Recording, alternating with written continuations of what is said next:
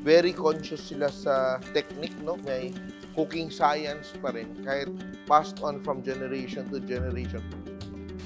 Ito kasi yung manok nyo, napakalasa dahil native chicken Opo, siya, native no? po.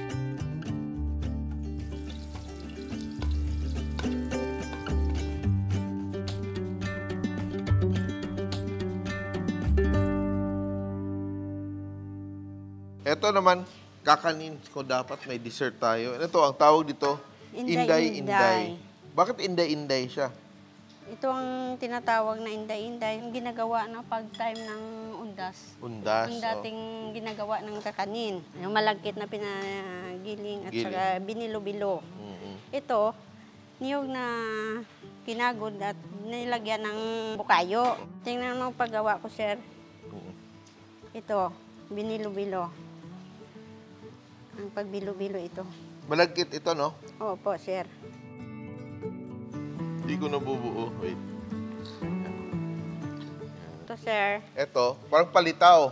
Palitaw. Pinakulong tubig. Tubig, walang asin. Wala. Ilagay ko dito.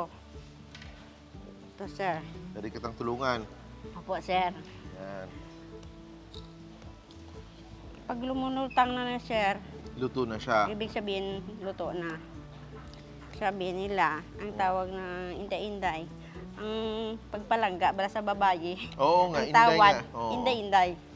Sabi ko, Inday. bakit na tinatawag na inday-inday? Kasi, ang angga sa babae, inday. Inday, oo.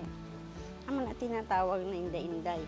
Ang term kasi na inday sa Visayas at saka sa Mindanao is a term of endearment, di ba? Yung pag parang mahal mo, or parang Oo, palangga mo, day, Palangga mo, day, tawag na di ba? inday. Pag tinatawag kang inday, show of love and affection. Natakpan na pag kumukulo. Yan. Ano bang tawag sa maskubado dito? Kamay? Sa amin, kamay eh. Kalamay na pula. Kalamay na pula. O, di ba tama? Yun. Ito yung kalamay na pula, oh. Ito siya, oh. Yan, oh. Yan. Ito, bata pa kami, kinakain namin to. Dessert. Yun, din minsan may buo-buo pa siya. Yan, oh. Unti-unting lumulutang na yung ating si Inday. Oh. Inday.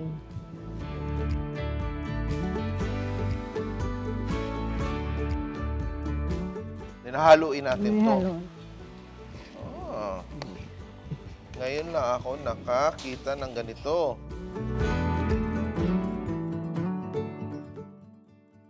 Ito, hindi na to matagal lutuin kasi luto na siya eh, di ba? Yan. Napakadali lang gawin, no? Dali lang, sir. At saka pareho lang siya ng ingredients halos sa mga nakakain nating kakanin kahit saan ka pumunta. Pero kakaiba yung pagkagawa. Yan, no? Ito na siya. Pwede nang kainin. Inday, no? Inday. Day, kaon na ta, Day.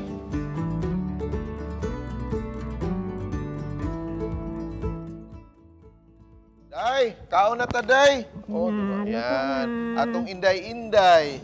Oh, napakadali lang. Medyo mainit siya. Ang ating inday-inday, simple.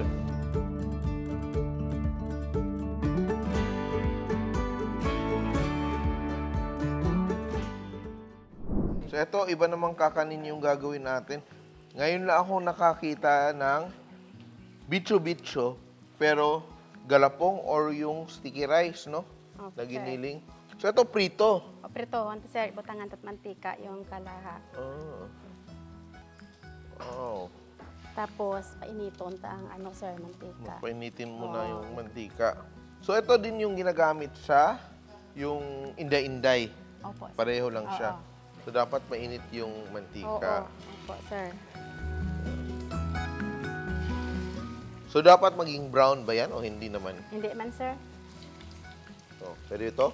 Opo, sir. Pupunuin ba natin to? Pwede na yan. Happy din na yan sir? Hindi ba siya lumulobo? Lumulobo ng konti, no? Opo, sir. So wala lang tubig tsaka bigas lang yan, no? Malagkit. Oo. Yun lang. So ito na yung parang caramel niya, no? Opo, yung sir. parang sarsa niya. Di naman sarsa, parang pangpatamis niya. Napakadali lang, no?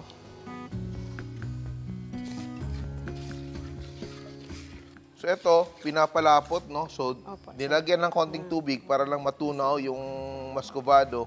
Pero ngayon, papalaputin na siya, parang magiging parang latik, pero wala siyang Opo, coconut, sir. no? So parang caramel sauce. Opo. Ilagay na natin yung ano, sir. Bitso-bitso. Bitso na. Tapos haluin natin. Haluin. Napakadali, no? Opo, sir. Oh, wow.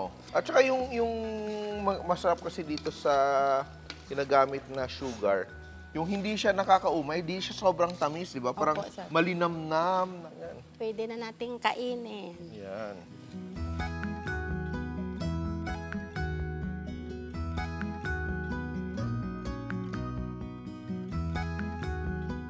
Ah, ganito. Kakainin mo siya, May.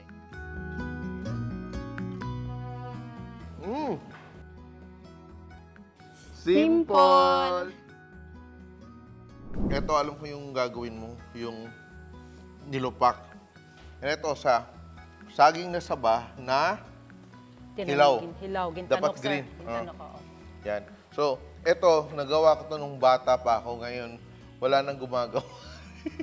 Di ba? Kasi kung pag wala kang bayo, hindi mo magagawa, no? Lusong, sa amin lusong ang tawag. Lusong man di, sir. Lusong, lusong, pareha pala. Sige, simulan na natin. Bali ang panit, sir, amo ni ang ilimpyo sa lusong, sir. Ah, Oo. okay. Ayan, hindi ko alam yun, no? Ihulog ko, sir. Ah. Tapos bayuhon, sir. Ito yung way pala na malinis. Makuha yung mga naiiwang mga dumi-dumi, no? O, sa lusong, sir. Sa lusong. Oo. Pero yung dahon ng saging, hindi naman natin kakainin. Ang galing. Ngayon ko lang natutunan yan. Tapos sinahinay lang magbayo, sir, basi maapok.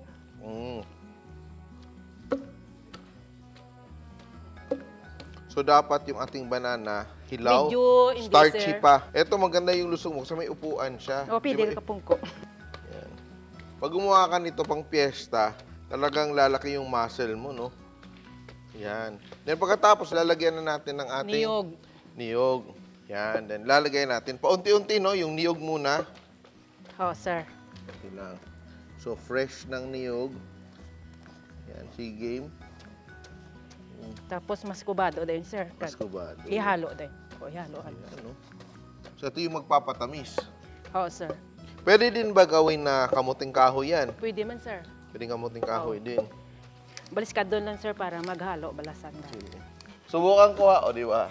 Pungko din. Oo, oo. Tigat pala nito. Oo.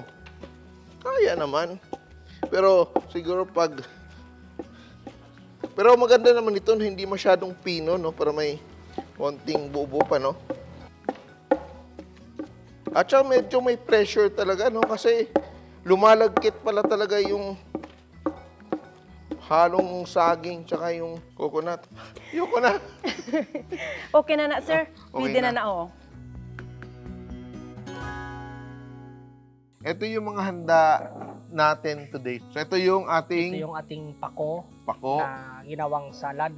Meron din tayong pantat nga Mm, may ubos kabalinghoy, nga may mm, gata, kag manok nga ginbakol sa pasok nga may malawmaw, may manok nga ginlaktan ka ubod ka apoy, kag may mga pangyamis, yung mga matatamis, Oo. tawag sa amin o pangyamis. Oo. Aton nga ginatawag nga linupak, Linupak, may inday-inday kag inday-inday, at saka yung bitso-bitso. bicho-bicho. Kag may pinaklay. Pinaklay. Oo, pinaklay. So, ang dami ko rin natutunan today yung mga terminology.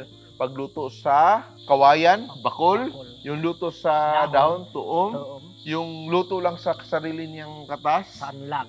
sanlag, Pag pinatong mo siya sa apol, baga, buog. Then, pag kinain mong hilaw, may hilaw, kinilaw, meron din Kinilaw. hilaw. May Yan. Ito may sabaw. Ito, ang sarap ng sabaw nito. No? At saka yung lasa ng asim ng ating mga dahon, napaka-subtle lang. No? Hindi siya yung maasim, hindi siya parang sinigang. Nandun siya, nagpapasarap. Sa amin po, Mm. bawal paghaluin yung dalawang pang-asim.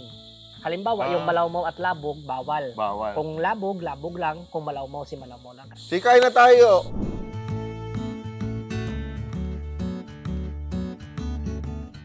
Hindi ko ine-expect na sobrang malasa siya. So, wala kang hinalo kung ano-ano. Asin lang halos, no? Fresh talaga, sariwa talaga. Sa mga yung dahon po. Dahon, no?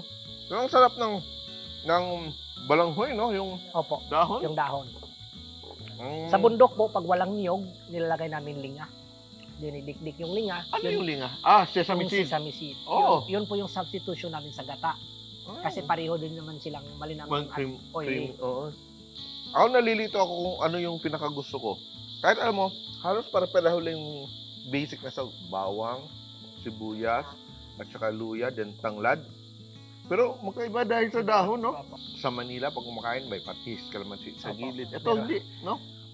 Kaya meron din kaming tinatawag na, yung timpla, dalawang klase. Malasay at ang tinatawag namin nga maarat, ang tawag namin doon sa maalat ay mabalos. Mabalos. Tawag sa amin, mabalos. Pag sinabi mong mabalos, dapat merong kanin na kasama para na mag-lessen yung alat niya at magtama-tama sa dila ng tao. Minsan, chef, meron kaming tinatawag na sampat. Pag sinabing sampat, yun yung talagang kaparehan niya. Kumbaga pair niya talaga pag kinain mo. Halimbawa, yung manok, sampat pag may labong. Maraming salamat sa inyo. Sobra akong natutuwa Thank you sa din po. na-discover ko. Hindi ko in-expect na ganito kasarap. Di ba, usually iniisip natin pagkain sa bundok, pagkain sa probinsya dahil sobrang konti lang ng ingredients. Kulang sa lasa. Kasi nasanay tayo na ang daming pabongga, ang daming nilalagay. Pero it's excellent, very tasty, and perfect, no? Hindi ko nga expect yung manok ganun kalambot, pero lumambot siya. Hindi kailangan ng pressure cooker. Kawayan lang. Thank you very much. Thank you po. Salamat. Salamat Yeah. man.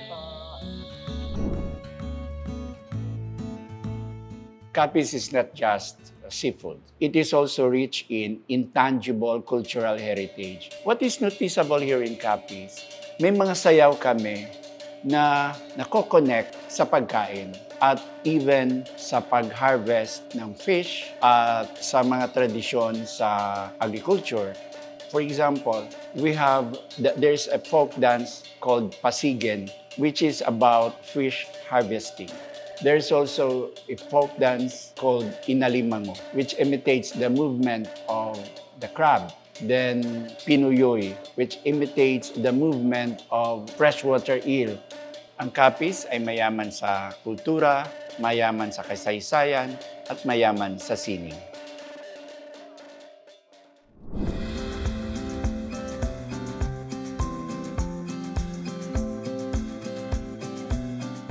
In Capiz, traditional cooking isn't a marketing gimmick. It's a default. Fire, stone, sweat, memory. No reinvention needed. This is generational food science, a lived culture. Ito, Barangay Basyao, Ibisan, Capiz. 1/2 kilo na dilis boneless. So, dapat kainin agad. So, kakain pa natin ng marami ngayon. By 100 ba yun? Hindi man. Depende sa laki. Puro may seaweeds, may kung ano-ano mga all natural. So, yun lang siya. Naka-pen lang siya. It's flavorful. Just have to get used to the texture of the spine. Story nila noon, tinatay nila together kasi puso A partner.